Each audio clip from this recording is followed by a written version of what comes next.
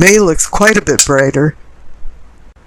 The planets are in harmonious aspects to each other, and the commanding energy is air and fire, and air combusts fire, so things are meshing really well, and May has more of a breezy and free flow feeling to it. A lot of the signs are changing their attitude and finding new ways to move forward, and there was a lot of Wheel of Fortunes and Nine of Cups, the wish card. And then there was a few signs here that need to make some decisions, and Gemini was one of them. And definitely, you're the other one that needs to make some decisions, some dire decisions. If my memory serves me correctly, you've been holding back making some very important decisions in your life, and it's ramified your life. It's impacted your life to the point where the tower is shaking the foundation of your world. Now, you're not the only one that received the tower. For these 12 readings I've done for May, the tower came up over and over again for people to renew their life and release themselves out of bondage and finding relief. And this is really what you have to do. Let's go into your reading and see what's going on here. I'm going to start from the past because I think it's very pertinent and also pivotal for what your present is bringing you and what's in your future. On the left for your past, you receive the King of Pentacles and the Five of Pentacles. The King of Pentacles is the apex of wealth and health. Or is it? Because the Five of Pentacles means you're impoverished. You're lacking something. And if it's not material things, and I don't see it happening there because of the King of Pentacles, you're impoverished emotionally. You feel like you're lacking in love, and there's a black hole somewhere. Maybe it's just your perception of it, but that's enough to change everything. I came across the word deprivation the other day, and it is the damaging lack of material things or things that are needed in your life, and I thought, that is the Five of Pentacles. And then it has a lot of D words involved in it. Deprivation, destitution, hardship, denial, distress. Okay, one of them wasn't a D word. Things haven't been going very well, especially in your recent past. Now let's go over to the base of your spine. You receive the Nine of Swords and the Seven of Swords. The Swords are our harsh teacher, and you got two very harsh cards here. The Nine of Swords is about being in the depths of despair.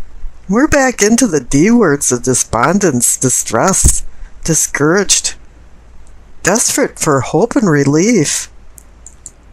You've been your own worst enemy and in some state of dissolution and personal torment. Something is bothering you that's eating you up inside. The 9 circles of Dante's Inferno hell are sucking you towards the gates of hell and putting you across the river Styx. But the number 9 means a completion is occurring and just around the corner. And perhaps difficulties will lighten up, but it's really up to you to make the right decisions. You have to face your fears, or they'll face you. You're at the back gates to an end of a cycle. Thank goodness. Now the Seven of Swords is the charlatan card. Somebody's stealing from you, but typically it's somebody stealing your emotions. They're being emotional vampires, and the only thing you're guilty of is allowing it to happen. Now up in your pelvic and sacrum for awakening and arousing, you receive the Star and the Hierophant. These are really two spiritual cards. The Star is saying that the fog is dissipating and the light is being cast on a road of cosmic understanding and healing for hope and the future. It's like a gossamer veil that's lifting. And you're seeing things now with more clarity. And there is a light at the end of the tunnel. But this is where you have to start loving thyself and seeing the bright light inside you. The star brings a gift of comprehension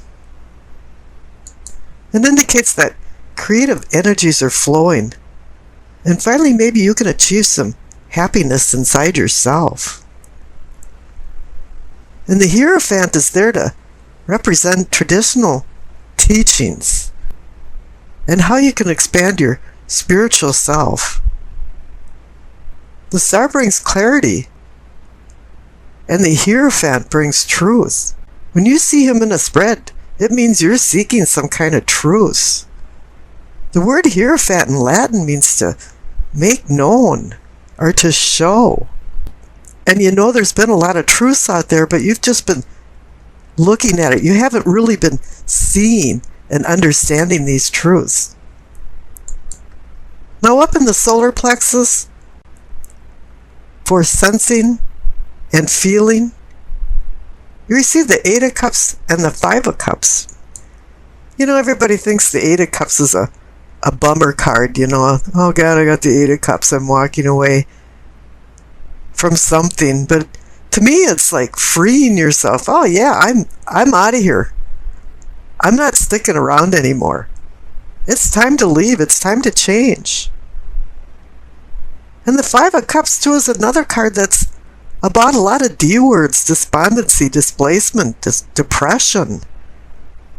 It is time for you to move on and change it out of here.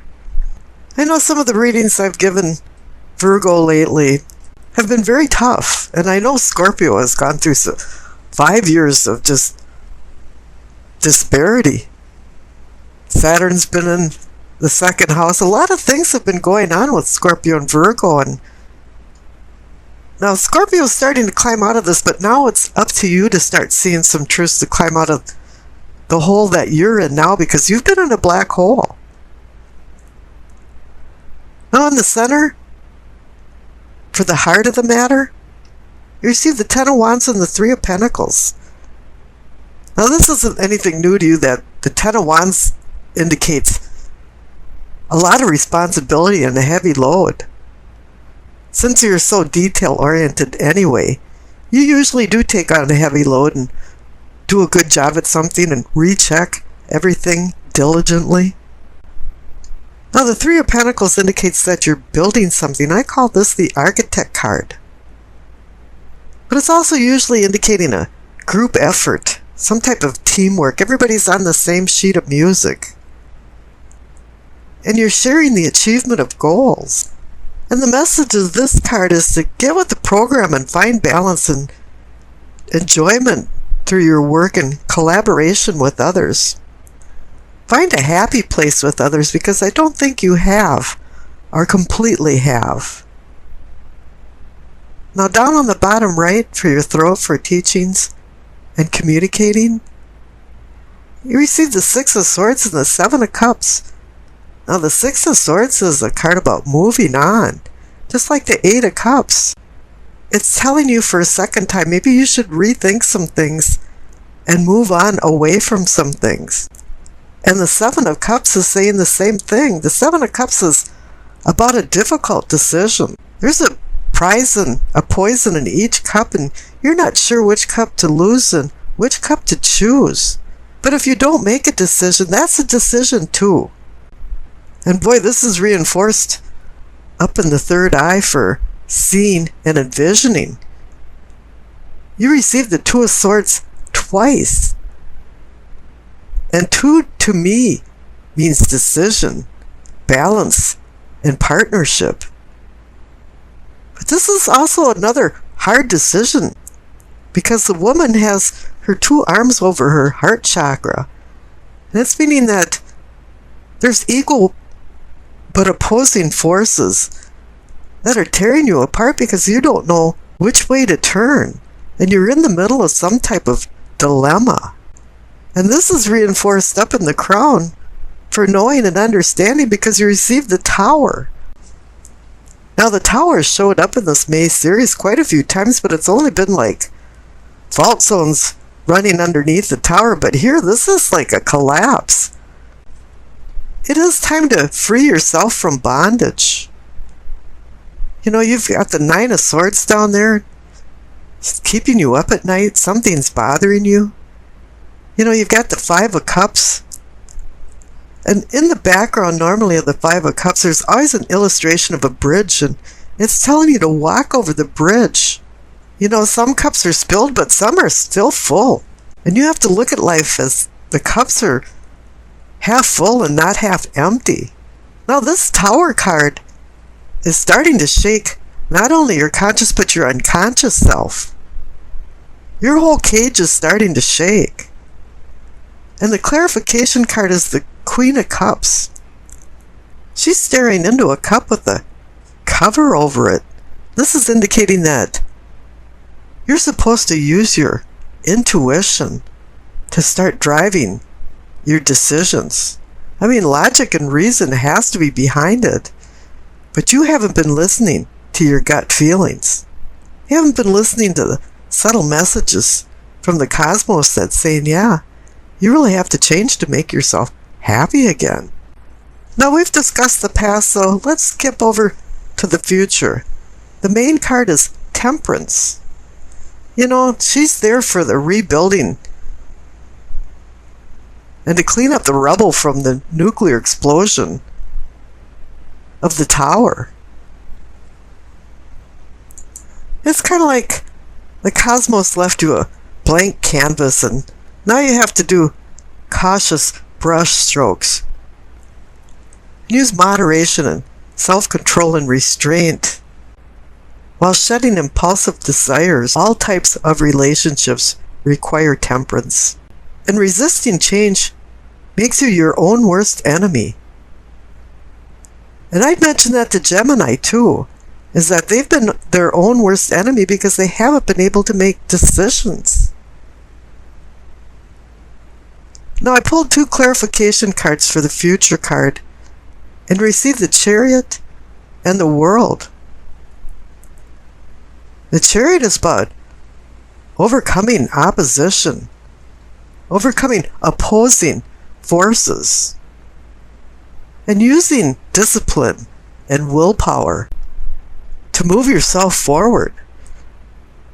And the World card is there to say, yes, if you can do that, then you've earned and learned, and you can change.